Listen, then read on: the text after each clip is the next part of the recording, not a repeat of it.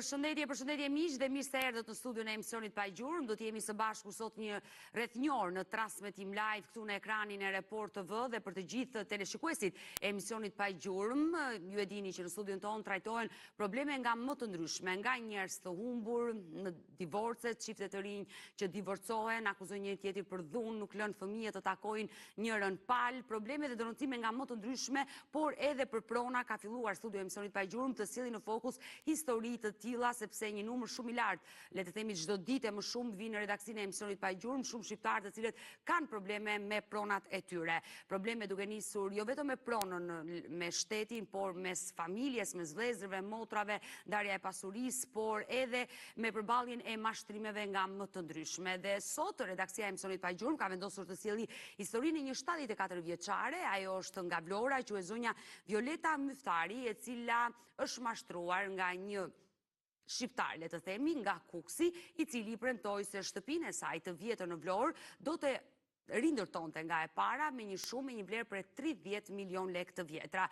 Ky person mori parat 74 vjeçares dhe ja la punimet përgjysëm. Për shkak të shëndetit të saj, u detyrua të emigronte drejt Shtetet e Bashkuara të Amerikës dhe të mjekojë. Ka ardhur enkas nga Shtetet e Bashkuara të Amerikës për problemi që ka me pronën e saj dhe ndodhe sot me mua në studio zonja Violeta, kjo 74 vjeçare dhe menjëherë dua ta përshëndes. Violeta, përshëndetje dhe mirë se erdhe. Faleminderit Odeta. Je mashtruar nga një person duke të marrë 30 milion lekë të vjetra. Je mashtruar nga një person dhe nuk e besoja kur, i ka mbajtur edhe në shtëpi, fletur, ishin 6 punëtor, i ka mbajtur në shtëpi, ka fletur edhe ka ngrënë në kratë e mia. Jo se më ka detyruar to, për të bërë marror shtëpi shpejto, se unë jam me smur dhe kisha 2 punëtore. Që është të Shërbeni. Ndërkohë, ky person që të mori këto lekë, ti ja dhe në dorë, ja dash në dorë, ai një dokument në mes besimit dhe ai nuk i mohon këto lekët se i ka në. Por pse nuk ta ndërtoi shtëpinë? Çfarë ndodhi? Mashtron, thotë do vi nesër, kështu i ka. Pra, mori lekët dhe iku dhe shtëpinë nuk ta rregulloi, nuk ta rindërtoi. Por sot për të folur janë pa dyer, edhe sot janë pa dyer. Dhe mua më vjen keq që ka ndodhur kjo gjë dhe uroj dhe shpresoj që ditën e sotme ne këtë person, si quhet? Naim Vata. Se ti ka ardhur në studio ta denoncosh. Është Kuksi në Tiranë në Sauku. Nga është më origjinë? Nga Kuksi. Nga Kuksi. Por nga e gjete, nga Vlora, nga Kuksi? Ai punoi te një gjitoni unë. Ai e gjetur rastësisht le të themi në Vlorë. Dhe më pëlqeu puna e gurit, e thash vetëm këtë zanat dini tash unë dini suvatime dhe të vini çati, po i dim gjithë ata. Mi tash do dërgoj vajza lekët edhe do. Pra, ju i besuat dhe kërkuat që ai të rindërtonte shtëpinë tuaj me një vlerë për 30 milion lekë të vjetra. Në dorë, tha. Ti i besove, ja dhe personi me emrin Naim Vata, ti ka marrë këto para dhe nuk të ka ndërtuar shtëpinë. Jo. Ke ardhur në këtë studio. Ka ndërtuar shtëpinë, më thënë, 60%. Edhe ta ka lënë përgjysëm. E ka lënë gjysëm. Ti ke ardhur në këtë studio për të denoncuar këtë person, ndaj të pyeta që në fillim të programit të përmendësh emrin. Kush është ky person? Ky është Naim Vata. Dhe i kam dhënë 30 milion në besim se unë nuk mundet ti që ata shoqëroja, se isha sëmur e paralizuar. E qartë, unë uroj dhe shpresoj që ky person të na ndjeki ditën e sotme dhe të reagojë në këtë transmetim, por më lejo të përshëndes dhe avokatin Dea Toçi, pasi ne sot kemi nevojë dhe për anën ligjore, çfarë ndodh në të tilla raste kur mashtrohesh. Përshëndetje Dea dhe mirë se erdhe.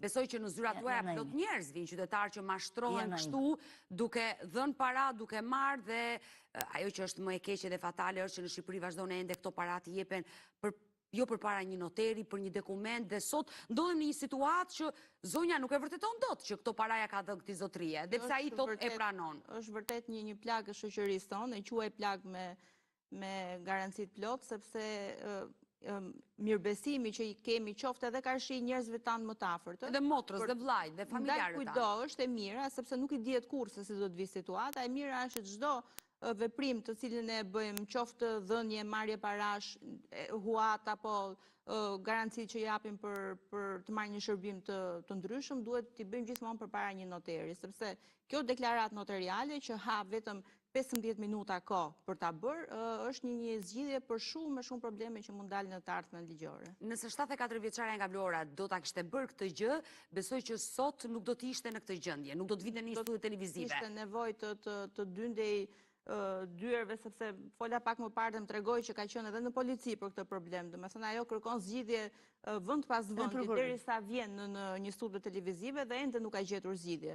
Ky është fatkeqësia më e madhe që ne bëjmë ende veprime sot në këtë në këtë kohë veprime në dorë, pa lënë një letër. Do e dëgjojmë historinë e 74 vjeçare zonjës Violeta, por fillimisht e dashur Violeta më lejo të prezantoj një material që gazetarja jon ka përgatitur enkas për historinë tuaj, edhe për teleshikuesit që na ndjekin, dhe do rikthehemi sërish në studio për ta dëgjuar denoncimin e kësaj 74 vjeçare dhe do bëjmë të pamundurën që ditën e sotme të kemi dhe zërin e zotit Naim Vata, personi që ka mashtruar sipas Violetës duke i marrë 30 milion lekë të vjetra. E ndjekim të material dhe rikthehemi.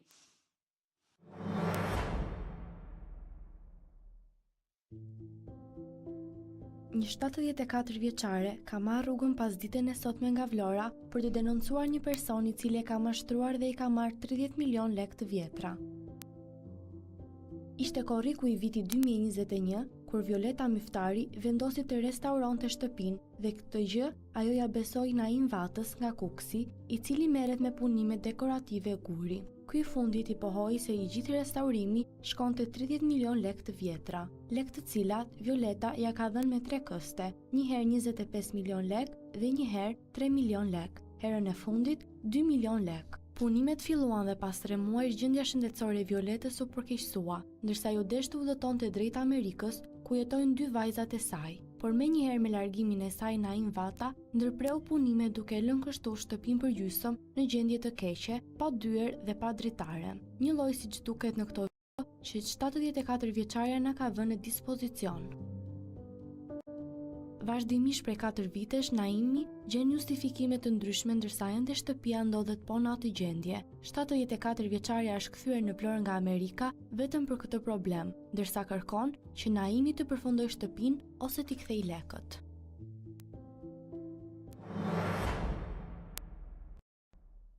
Kjo është historia që ne do të trajtojmë ditën e sotme në studion e emisionit Pa Gjurmë.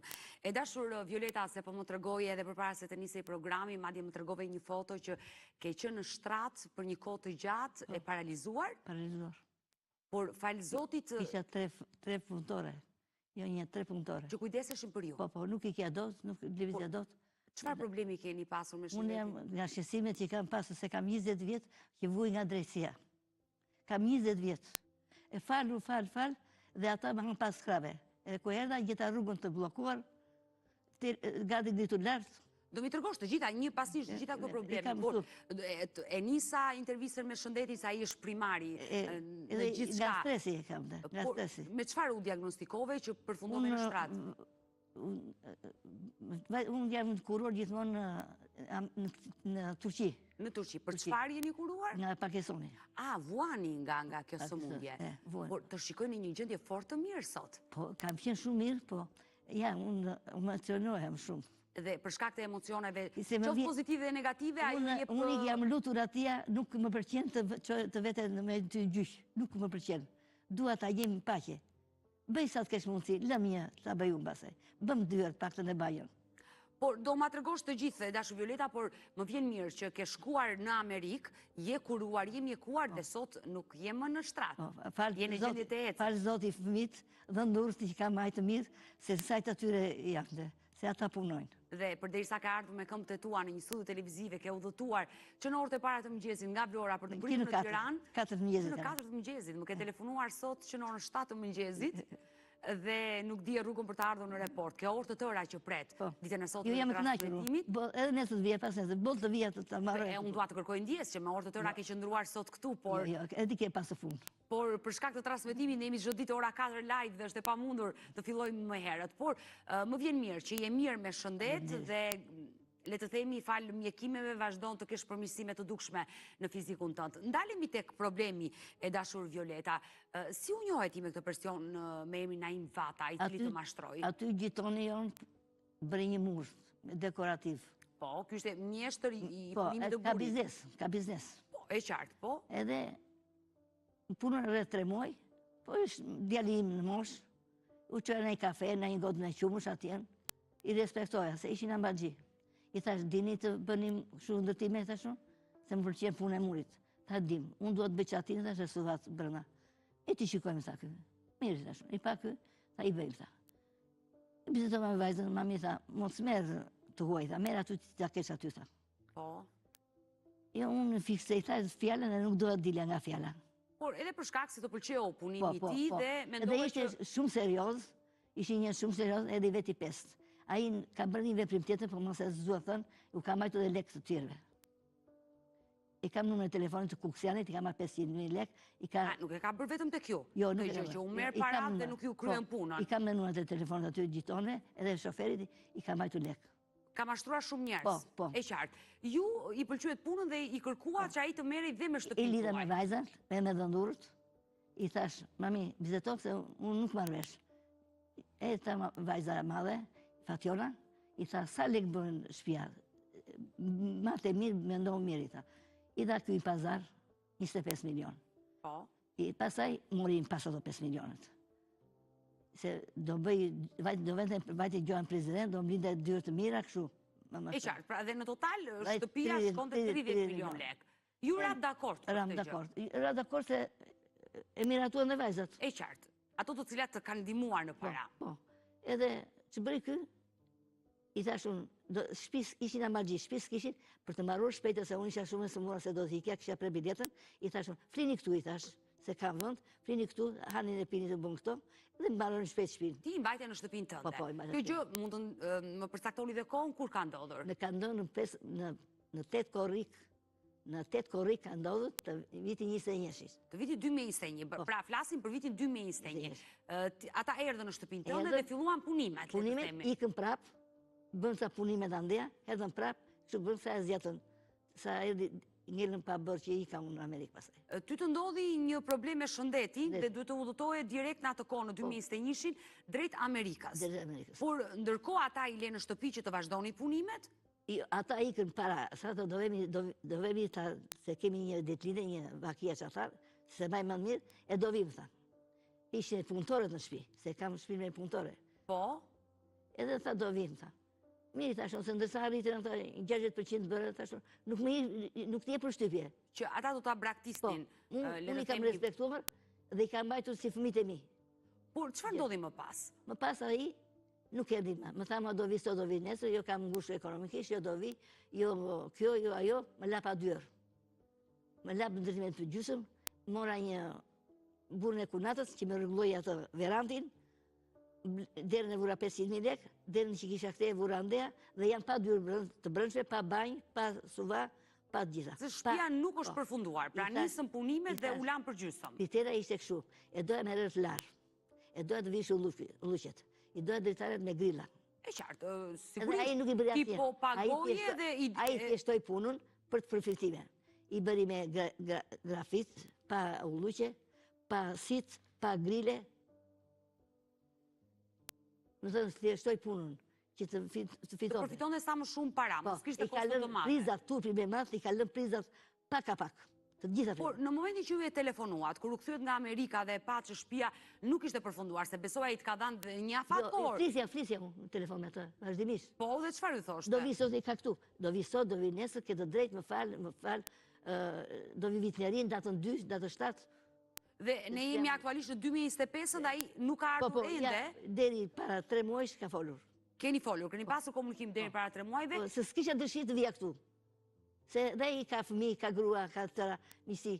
Nuk duhet ta denoncohet apo e publike këtë rast? Do të thënë, kam si gjuna, si ku ka bërë un krim.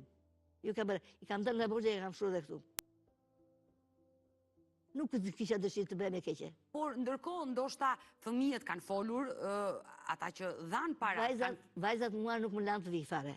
Nuk më dhanë leka që të bëja gjyqet. Më tha mami shqetësoj, nuk e duam ta. Jo i thashun se të bën budallaj thashun dhe pse ta, unë i mbajta mirë i thashun. U thash edhe 5 qeshe i thashun. Me vete. Pse ta bëjnë këtë? Pra, vajzat kanë thënë që lëre këtë muhabet, zëris ato lekë kur si kemi dhe harroje. Se së mu reshti, se stoje. Se kanë hallin e shëndetit tënde, kuptoj qartë këtë gjë. Por ti kërkon të drejtën tënde, që ky person që mori këto para, o të përfundoj punimet, ose të kthej pjesën e parave. Po. Këtë kërkoni? Po, atë kërkoj. Ndërkohë si a datë parat, do me thënë që ditën e parë që a i filloj punimet... Në ta mua unë nuk kam lek, tha, se kam bërë një ndërtim, tha, mi mbajtë. Për të marrë dhe materialet, bazë. Materialet. Tha, unë nuk të shoqëroj do t'i thashun. Ti thashun, meri vetë. Edhe bëj. E lash, si zotë shpije, si fëmin tim. I besove, letë të temi, 100% i personi. Në kulmi kam besuar. Edhe nuk e hekja mënje si arritja i aty, se kam dëgjuar ka një familje të mrekullueshme, ka fëmijë të mrekullueshëm, ka grua të mrekullueshme dhe vetë se e bërë këtë, se ka lënë, i ka mbajtur lek një kupsiani që e ka atjen, 560.000 lek, i ka mbajtur shoferit atjen, i ka mbajtur aty të materialeve, e i morën veglat aty, peng. Nuk e ka bërë vetëm mua. E kuptoj, e ka bërë me shumë persona të tjerë. Por ti dhe parat që ditën e parë, domethënë me këste, paradhënie. Jo, i dash 25 milion, dy herë me këste, një 17 milion edhe një 10 milion. 27 milion, për 17 milion një herë dhe 10 milion një herë. 27 milion i ke dhënë. Kam dhënë dhe 5 milion një herë.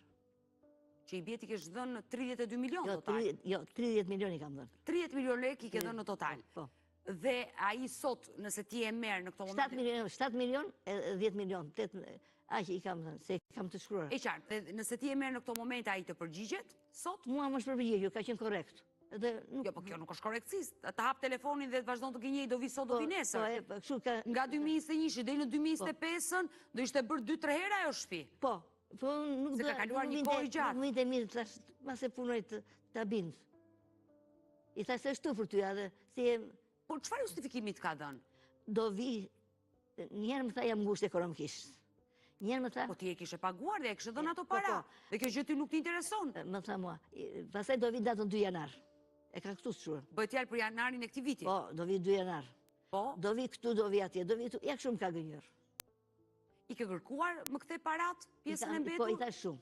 Nëse ti nuk do vish të... I thash me ndryshmëri, pa, vajza nuk e kam treguar. I thash, ti bëj banjën vetëm, i thash, vë dyrt, se ato me plakët i shtoj vetës. Të toleroj, thash. Edhe nuk më kthe përgjigje. Pra, edhe se ti i the mos e përfundoj gjithë shtëpinë, vetëm më bëj tualeti që është i domosdoshëm. Edhe dyert. Edhe dyert, dhe e mbyllin pazarin bashkë këtu dhe ai nuk të ktheu përgjigje dhe pse ti ja ule sërish koston e parave që ai duhet të edhe unë për atë edhe dritarët që i ka bërë kështu si gjyka kështu edhe një të preshur mes. Pribreti ka bërë. Por, Deja më tregoi që kishte folur me ju përpara se fillonim këtë transmetim, i e drejtuar edhe policisë. Po, jam drejtuar policisë, mund të më tregosh, ke bërë një denoncim me polici? Po, e kam kështu të shkruar edhe prokurorisë përgjithshme. Po, dhe çfarë ka ndodhur? Asgjë s'm ka thënë. Sa kohë u bë që e ke bërë këtë denoncim? Unë kam 2 muaj. 2 muaj. 2 muaj. Deja, nuk e di nëse i shfletove dokumentat e zonjës për të kuptuar që në çfarë situate është. Domethënë dhe të na shpjegosh edhe anën ligjore në tilla raste kur kjo zonjë nuk e vërteton me një dokument, por ndoshta nëpërmjet mesazheve, komunikimet që ka me zotrin që ai e pranon që e ka marrë të shumë parash. I është drejtuar policisë, çështja mund të kalojë dhe në gjykat. Kjo zonjë kërkon të drejtën e saj në fund të ditës. Ashtu si që edhe më informoj, është drejtuar në polici dhe ka pritur, i kanë thënë do të njoftojmë. Unë nuk e di pse nuk është marrë aty për aty. Të paktën të bëjë një telefonat karshi personit që ka marrë parat, por sigurisht është turpi i të gjitha atyre që kanë hasur në një zonjë në këtë rast. E qartë. Edhe kanë në të tilla raste ne duhet jemi shumë më të gatshëm për ta ndihmuar, për hir të moshës, të sëmundjeve, të gjitha me radhë. Këta kanë bërë pikërisht të kundërtën, me çfarë po kuptoj unë, edhe punojës të policisë dhe padyshim edhe në Vlorë, zotëria që ka marrë parat që kanë përfituar nga fakti që janë marrë me një zonjë në këtë rast, edhe sepse jam e bindur që të kishte qenë një njeri ndoshta burrë edhe pak më i ri, domethënë që tu qëndronte më pas nuk do të shkonte, nuk do të kishte mundësi që mbi 3 vite ti të marrësh parat dhe të thuash sot apo nesër. Kështu që turpi më i madh i tyre, që duhet ta them patjetër, që përfitojnë nga kjo gjendje dhe në vend ta ndihmojnë 2 fish e Sorollatin Sande Ektej, është mjerim. Ana tjetër pastaj sigurisht që mesazhet që disponon zonja në telefon dhe ato unë i pash, ku pranohet që janë marrë parat, nuk pranohet vlera, por pranohen që janë marrë parat dhe me sa lexova, ky zotëri pretendon që do t'i vijoj punimet, ashtu thuhet. Në mesazhet komunikimi që ka bërë me Violetën. Nuk do ta lë punën time pa bërë, thot. Kështu që këto mesazhe janë një provë absolute për zonjën, nëse ajo do të shkojë të bëjë një kallëzim në prokurori. Për mua, nëse ky zotëri që ka marrë parat. Pra, denoncimi nuk është bërë në polici. Nuk e ka marrë policia denoncimin e zonjës. Policia ka vajtur. Ke vajtur, po e ke bërë denoncimin? Ka bërë denoncimin, s'më ka të përgjigje, nisi prokurorisë. Kaq të kanë thënë. Dhe ti nuk e marr asnjë lloj përgjigje deri në këtë moment. Kam vajtur 10 herë nuk më presin. dera institucionin mbyllet. Po. Ti shkon dhe të interesohesh për çështjen tënde. Dua të takoj kryetarin, dua të takoj këtë, edhe nuk ashtu hapet. Pra nuk dihet nëse kjo dosje ka shkuar në prokurori. Po. Duhet mbajtur parasysh që në shumë raste qytetarët, të cilët nuk kanë patur të bëjmë më përpara me tilla procese, nuk dinë dhe si ta adresojnë sakt situatën e tyre, sepse zonja me të drejtën e saj, absolute, shkon dhe kërkon të takoj drejtuesin. Por ti nuk mund shkosh të takosh drejtuesin e prokurorisë, ti shkon dhe paraqitesh për bërë një kallëzim. Dhe nëse ti si qytetar shkon të bësh një kallëzim, askush nuk ka të drejtë të mbylli portën dhe të thotë jo, nuk e bën kallëzimin.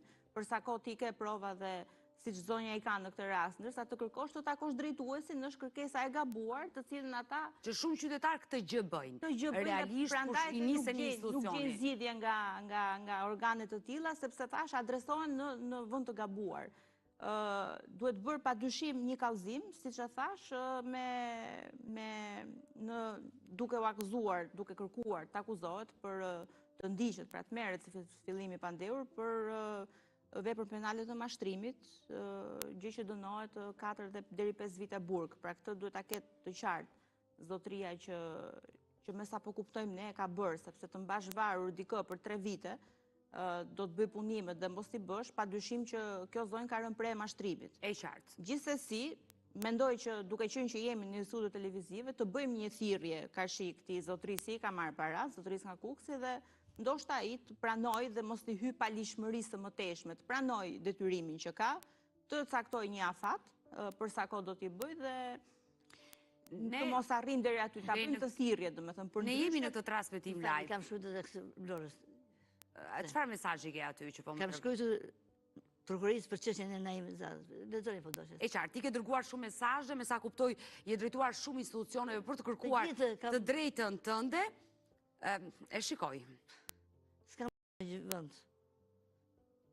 Të gjitha këto mesazhe që i ke dërguar nuk e marr ende një përgjigje, por gjithsesi, unë do të bëj një pyetje përpara se të telefonoj zotrin për të qenë transparent. Studio emisionit pa gjurmë, sa herë qytetarë që vinë dhe bëjnë një denoncim kundrejt një personi, ne bëjmë të pamundurën që dhe palën tjetër ta kemi në studion e emisionit pa gjurmë, qoftë dhe nëpërmjet një lidhje telefonike. E dashur Violeta, ti e ke njoftuar që do shkoj në një studio televizive dhe do denoncoj? Po, e ke shkruar atje. Ai është në dieni. Pra ti ja ke dërguar një mesazh, ky është telefoni juaj, mund ta mbani. Kam dërguar 3 mesazhe. I ke dërguar 3 mesazhe zotit Naim Vata që do shkojë në një studio televizive dhe të denoncoj. Mirë, as për ty as për mua. Dhe ai çfarë të ka thënë apo asnjë përgjigje? Çfarë përgjigje? Nuk të ka kthyer asnjë Mos përgjigje. shkruaj në Facebook, më tha mua, shkruaj në faqen tjetër, se i lexojnë gjitha. A ti bën komente publike në Facebook që lexojnë nga të gjithë? E shuta Kastile ato. Zgjidhej dot, se e mbaj të fshë. E bëre Kastile publike në Facebook dhe ai të tha që mos të bësh. Ti flasi vetes që mos ta marrin vesh tjerë të vinte. Ti mendove se nëpërmjet një komenti, një statusi në Facebook ku mund ta lexojnë të gjithë, ai mund të ndihesh në faj dhe keq dhe mund të vinte të e mund të flisë njëri mirë. Çfarë bën kështu? Se ka të mirë ka të keq. Mund të flisë, ore, çfarë dëgjova unë? I ke bërë këtë gjë? Po ke bërë mbyllë. Me kaq. Kaq. Zonja Dea, shiko çfarë formash përdorin qytetarët, të mendosh kjo 74 vjeçari ka shkuar mendja që të bëj një status në Facebook, të lexohet nga gjithë familja e tij, shoqëria e tij që ta vërë në sedër, që ai të shkoj dhe t'i kthej o parato o t'i përfundoj shtëpinë. Gjithnjë ka kërkuar që kjo çështje mos kaloj as në gjykat, as më të bëhet publike, por ka arritur në atë pikë që është detyruar të vijë në studion e emisionit pa gjurmë. Se vjet talli kjo.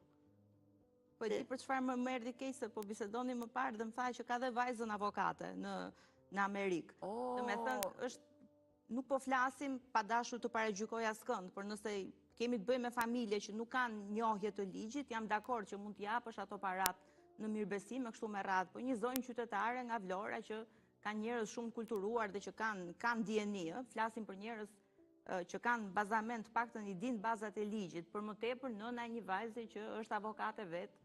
Që e ushtron të profesion në New Jersey. Jo, nuk e ushtron, se ka fëmijë. Momentalisht po çfarë si ka, ajo është e shkolluar dhe i njeh mirë. Ajo është e licenciuar. Gëzohem. Mirë, unë në këto momente, Violeta dhe Dea, dua që zoti Naim Vata nga Kuksi ta telefonoj, uroj dhe shpresoj që ai të më përgjigjet në këtë telefonat, ndoshta nuk mund të njohë numrin, s'mund të na përgjigjet, por do doja që zërin e tij ta kisha ditën e sotme në transmetim. Emri i tij është përmendur, padyshim kemi patur denoncimin nga zonja Violeta dhe do doja të isha Nuk ekziston. Ky numër që na ke dhënë nuk ekziston. Do e marrësh nga telefoni që ti e ke? Po. Ndoshta e ka marrë numrin gabim, por mund ta nxjerrësh emrin e tij, Po. ku e ke të regjistruar? Ju komunikoni në Facebook apo në telefon të thjeshtë? Facebook, telefon. Edhe në telefon. Të ndihmoj unë me ndihmoj, telefonin. Po, të ndihmoj unë me telefonin. Mesagjer. Ti flet në Messenger. Flet në WhatsApp, Mesagjer. Atëherë në WhatsApp, me çfarë emri e ke ruajtur? Emrin e tij? Lume i vdek për qeta ka i. Në 17 në fund. Të lutem a kërko. Ata gjithë. Po, do presim pak momente, jemi në këtë transmetim, por gjithnjë këmbgul që zërin e Naiv Atës, i cili u denoncua sot në studion e emisionit Pa i Gjurmë, ta kemi. Kjo 74 vjeçare nga Vlora, Violeta Myftari, e ka denoncuar drejt për së drejti në ekranin Report zotin Naiv Ata nga Kuksi, i cili ka marrë 30 milion lek të vjetra dhe i ka premtuar që do t'i rregullonte shtëpinë, ndërkohë që shtëpinë ja ka lënë pa përfunduar dhe ka më shumë se 3 vite që vazhdon ta mashtrojë këtë të moshuar. Dhe ende kjo shtëpi e kësaj zonje nuk është e përfunduar dhe 74 vjeçaria tregon se është pa dyer, pa dritare dhe po mundohet tani të bëj shpenzime ekstra për të rregulluar shtëpinë e saj. Ndërkohë që zonja Violeta është duke gjetur numrin e Naimit, e gjete? Bie mesagjerit. Po i bie Messengerit, mirë.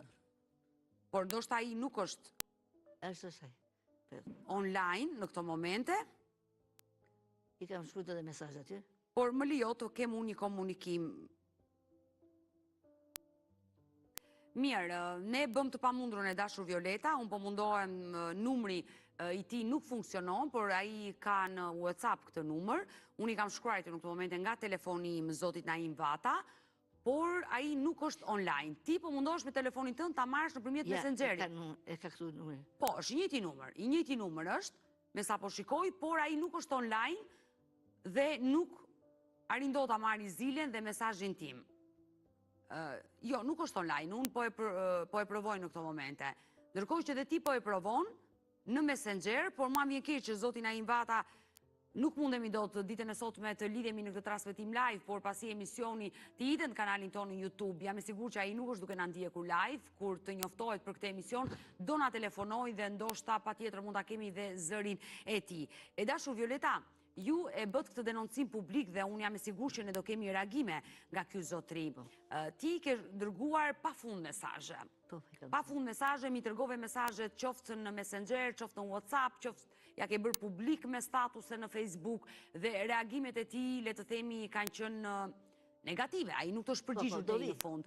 Do vi dhe të ka mashtruar. Unë dua sot drejt për së drejti nga studio e emisionit Pa i Gjurmë ti përcjellësh një mesazh këtij zotërie dhe jam e sigurt që ai do reagojë dhe ndoshta mund të jetë dhe në studion e emisionit Pa i Gjurmë. Gjithë qëllimi është të gjejmë një ndërmjetësim dhe ndoshta gjërat mbyllen mirë. Mos të kalojnë më pas me gjykatë, vendosi gjykata dhe ai njeri mund të përfundojë dhe në burg. Deja e tha për mashtrim 4 deri në 5 vite burg dënohesh. Çfarë do i thuash? Ne jemi të mendoj për veten e tij, për familjen, për mua që e kam mbajtur aq mirë. E ke trajtuar si djalin tënd? Si djalin tim, të gjithë. Se djalin tim i kam dhënë 2 makina qepse për çupa, se ka çupa. Ai edhe ka mbajtur të klëmdorës. Unë ja fal, po të bëj ato. I e gatshme t'ja falësh, vetëm të vi dhe të përfundoj. E ta lë gjyqin e tëra. I e gati të triqesh, nga gjithçka vetëm të përfundoj shtëpinë që ai e ka detyrime atë gjë se ka marrë parat. I ka marrë parat, ja kam dhënë dhe nuk e mohon se i kam të tëra të shkruara. Të gjitha mesazhet ti vazhdon t'i ruash. Nuk kam dëshirë kur, e nuk doja të arrija në të pikë që të veja, të dilja këtu, është për keq, nuk është për mirë ky. Nuk është lavdrim. E kuptoj, por ti edhe unë ja fal. Ke një arsye shumë të fortë që të vish në këtë studio. Po. Unë duhet t'ja fal, po të bëj ato. Nuk duhet vete në gjykata. Po ai se erdhi, unë do vete të gjej fund. Punën do të çoj në fund. Ai e ka ndorë. E qartë, e dashu Violeta, jam e sigurt që do kemi një përgjigje nga zoti Naim dhe uroj që ai ta marrë mesazhin tuaj dhe gjërat të shkojnë më mirë. Mos të vazhdojnë me gjykat, sepse deja ky person mund të rrezikojë dhe burg për mashtrim. Ka marrë një shumë para e kësaj 74 vjeçare dhe i kalon për gjysmë punimi dhe ka 3 vite që e zvarrit dhe e mashtron. Por ti na the në fillim të programit e dashur Violet që ke dhe një tjetër problem. Kam një problem tjetër. Ju e keni problemi tjetër me kë? Komshin. Me komshin? Me komshin. Ai ka blerë shtëpi në 59-ën. Një shtëpi të vogël me 135, i kam të dokumentuara, të tëra, arsiva, 135 metra katrora. Por përpara se të ma tregosh të problem të dytë me fqinjin tënd, më lejo të kaloj në një hapësirë reklamash, jemi të detyruar, regjia më njofton, do të kalojmë në reklama dashumish dhe rikthehemi bashkë sërish në pjesën e dytë me këtë 74 vjeçare që duket se pas ka shumë probleme të mëdha me atë shtëpi, me pronën e saj. Reklama, rikthehemi.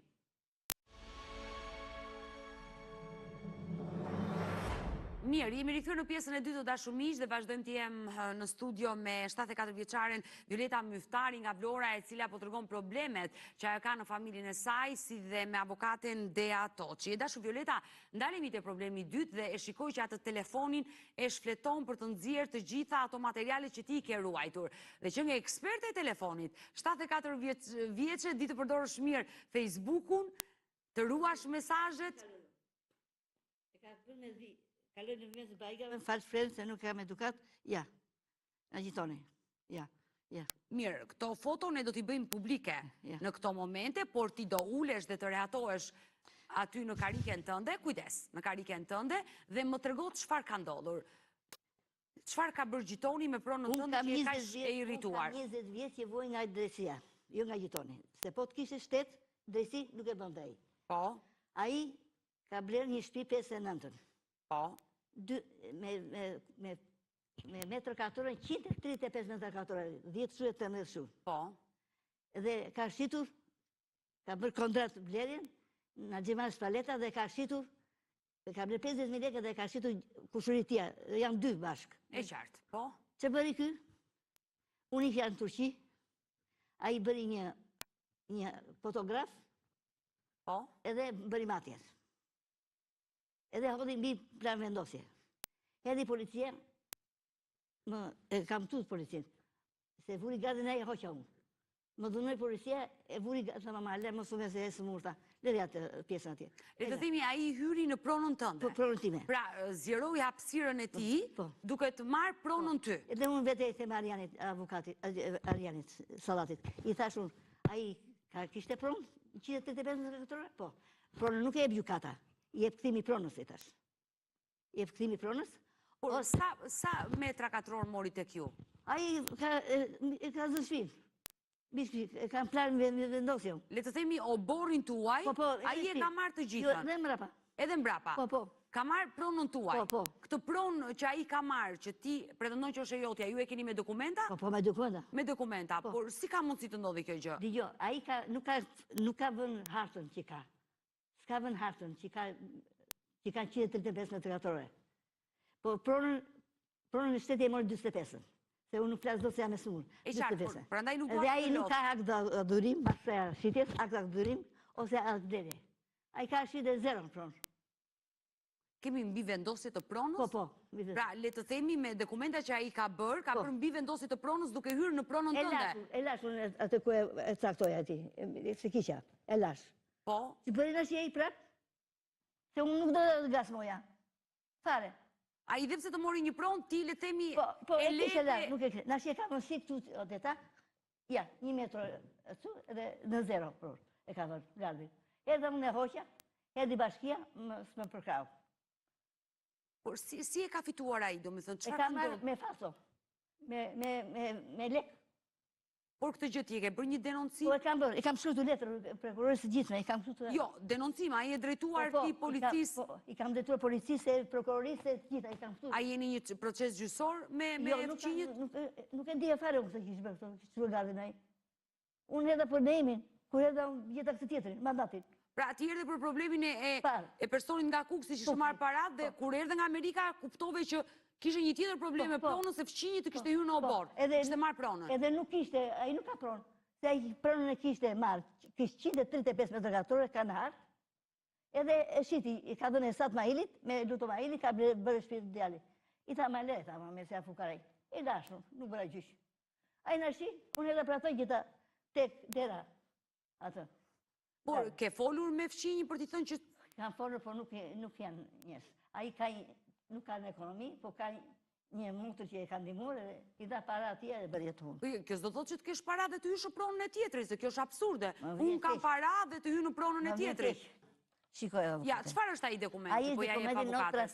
Në transfertimi që ka blerë shpin 50.000 lekë. Po? Në 59. 59. Kjo është prap, e ka blerë shpin 50.000 lekë, edhe tapia, qasha është. E qartë, ti vërteton me këto dokumenta se sa metër katror dhe çfarë pronë e ka patur ai në dispozicion. Kontrakt blerja. Por ajo që unë dua të pyes, sot ky person, fqinj, që ti e ke pa mundur të flasësh, ti ke bërë një denoncim, ka kaluar çështja në gjykat? Jo, vajte në bashkiu.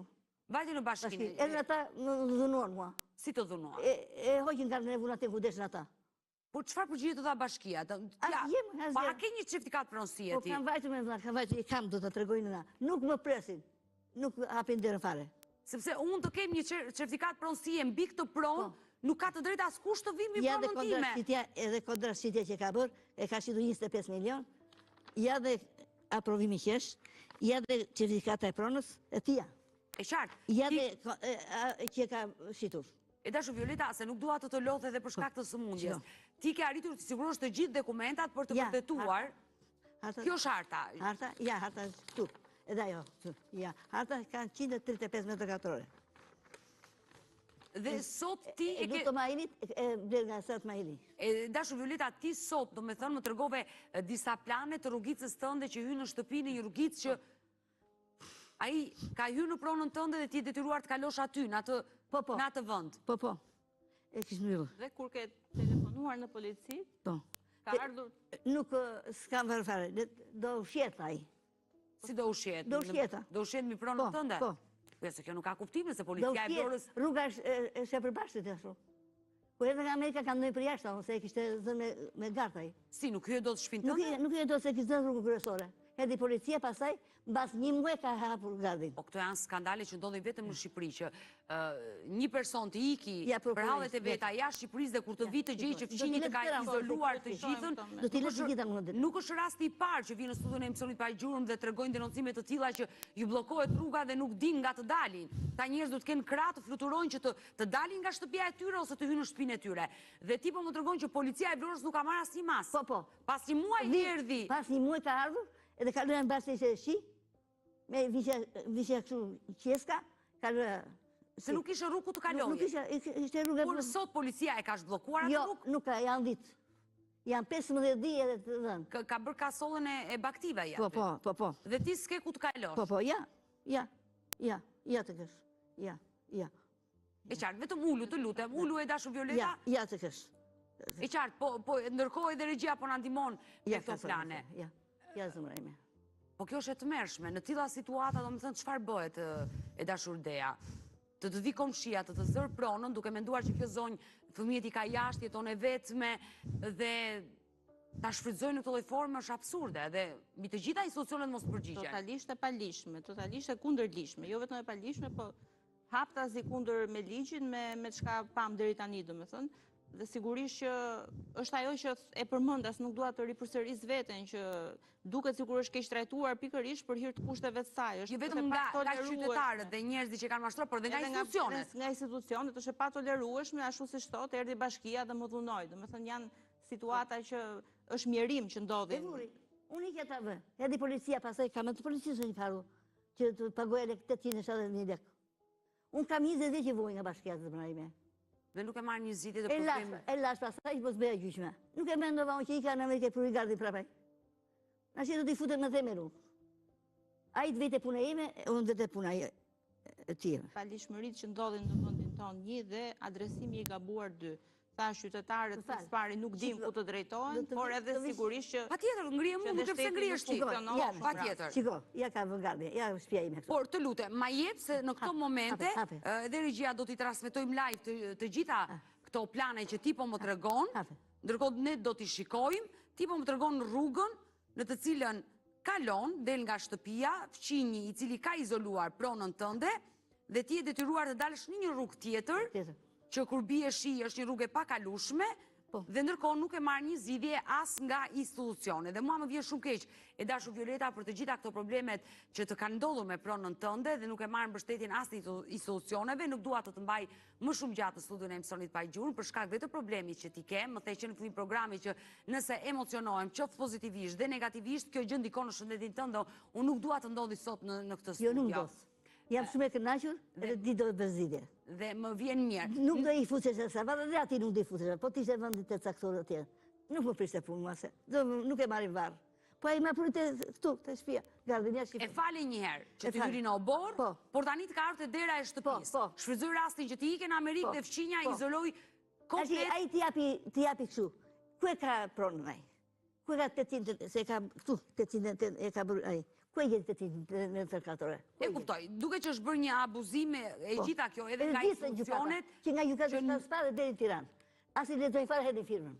Por, e dashur Violeta, ne denoncuam ditën e sotme të gjithë problemin që ju kishit, si me personin e parë nga Kuksi me emrin Naim Vata, i cili të mashtroi duke të marrë 30 milion lekë, por dhe problemin e dytë me fqinjin i cili ka hyrë në oborrin tuaj duke zaptuar kokën pronën tuaj dhe ti nuk e një rrugë për të kaluar. Mos u mundo të më lodhesh ditën e sotme duke shpresuar të gjitha këto dokumenta. Unë jam e sigurt që zëri juaj do dëgjohet nga studio e emisionit Pa Gjurmë. Ne do mbetemi bashkë, dashur Violet, në kontakt për gjithçka. Ja dhe ato që kam lene asaja të bashkisë. Që kam lene bashkisë për të bërë Naimi. Letë e bashkisë. Ke arritur të sigurosh çdo lloj dokumenti për të vërtetuar që ajo është prona juaj. Mirë, ne e denoncuam sot në studion e emisionit Pa Gjurmë dhe unë jam sigurt që do kemi reagime për Violeta Myftari, të 74 vjeçare nga Vlora, e cila është e vetme dhe kërkon drejtsinë e saj dhe gjithçka që i ka ndodhur, padyshim është një padrejtësi e madhe që është bërë kësaj zonje. Të falenderoj, stafi do kujdeset që do të përcjelli deri te terminali që ti të nisësh drejt qytetit të Vlorës, e dashur Dea, është e mërzitur, i shfleton dhe doj që ditën e sotme në këtë transmetim ti denoncoj të gjitha dokumentat që kam mbledhur. Do të ndihmoj, nuk e pse më lodhesh. Ja që kam pas kasollë. Të gjitha këto dokumenta, gazetarja i ka marrë dhe janë në dosjen ton, janë fotokopjo, kështu që ri e qetë për këtë pjesë. Të gjitha dokumentat i kemi. Se kam në shtëpi. Kemi kopjën e tyre, kështu që ne do mbetemi në kontakt. Dashur Dea, unë të falenderoj që të pata sot në studio dhe sa herë që kemi nevojë për këshillën ligjore, por për të përcjellë edhe mesazhe për qytetarët të cilët shkelin ligjin, je gatshme të vish, kështu që je mikja e programit tonë. Faleminderit Dea. Do jemi në kontakt. Ja, që më kanë ri e qetë. E dashur Violeta, do më dëgjosh pak me vëmendje? Do dëgjoj një kështu. Por më dëgjoj pak me vëmendje përpara se të përcjell. Të gjitha këto dokumenta the do t'i la. Po, dhe le. Gjilda ka bërë dhe një kopjo. Vullat që janë origjinale, ne do bëjmë fotokopje që ti kesh vetë origjinale. Kështu që ri e qetë, gjithë dosja juaj... Unë nuk do hapja gjysmë atë. Qofse ai do rinte te vendi që i lash, unë nuk do vazhdoj. Do triqesha. Kurse ai ma ka pru te galet e dera, unë do gjej fundin ashi. Ku e gjeti ai 880 katore? Ajo është gjykata ajo që e ka bërë atë. Ku e gjithë të që ka adhurim? Jo. Ka blerje? Jo. A i ishtë në fronzere, pati, bleu 50.000 lekë, shiti 25.000 lekë, është në zero. Mirë, do mundohemi, Lëritu, do t'im lethun të gjitha dokumenta, vetëm lijo të përcjell të kaloj në një hapësirë tjetër reklamash, qetësohu, e di që ke emocione, dua të shkëputem sërish të dashumish për të prezantuar një tjetër klip në këto momente, bëhet fjalë për prostatolin, i cili është një suplement ushqimor i destinuar vetëm për popullatën e rritur mashkullore, e cila ndihmon në probleme dhe funksionimin e prostatës. Njihuni me prostatolin dhe rikthehemi sërish bashkë live. Mirë, jemi rikthyer sërish bashkë live dashur miq dhe në këto pak minuta dua të prezantoj 2 pasaporta televizive, 2 histori njerëzore, 2 persona që kanë humbur, janë zhdukur në rrethana misterioze dhe familjarët ende nuk kanë një informacion për ta. Bëhet fjalë për Albert Xheleshi, i pari, 40 vjeçari nga Dibra, i cili fatkeqësisht ka humbur kontaktet me familjen nga Firenze, Italis në 5 shkurt të vitit 2017. 8 vite për familjen Xheleshi që ende nuk kanë mësuar asgjë për fatin e Albertit. Jeni duke parë edhe pasaporton, foton e 40 vjeçarit Dibran, i cili telefonatën e fundit, informacionin e fundit, gjurmët e fundit, le ta themi, familja e ka prej Firenzës në datën 5 shkurt të vitit 2017. Dhe nga kjo datë nuk dije se çfarë ka ndodhur me fatin e tij. Por kush është historia e Albert Xheleshit, çfarë dyshon familja dhe çfarë ka zbuluar pas humbjes së tij? Le të ndjekim këtë material që ne kemi përgatitur dhe rikthehemi në studio.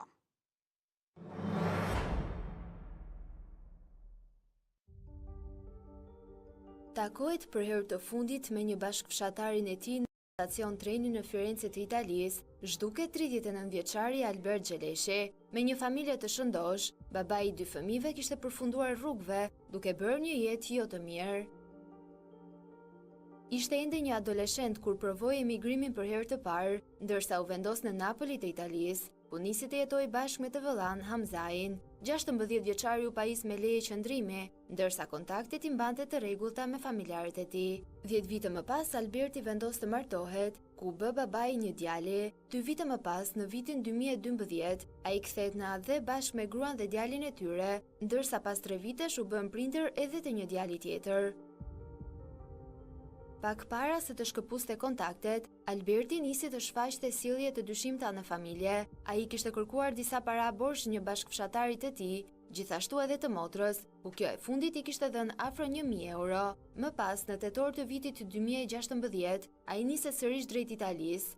Ishte muaji dhjetor kur për herë të fundit Alberti flet me familjarët, e ndërsa më pas telefoni rezultoi fikur.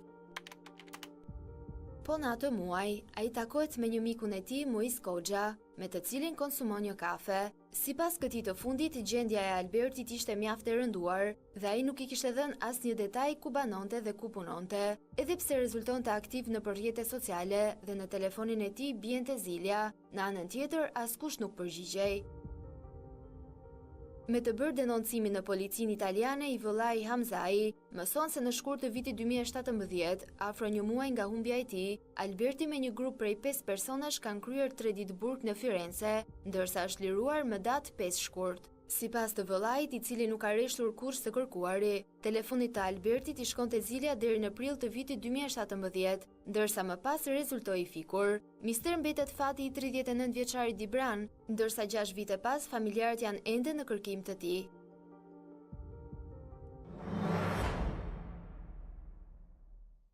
Ne kemi ardhur në fund edhe përmes ditën e sotme dashur miq, ju falenderoj që ndruat me mua deri në fund të programit. Ne bashkë do ritakojmë sërish, ju e dini nga ana të premte, ora 16 live këtu në Report TV. Mirupafshim.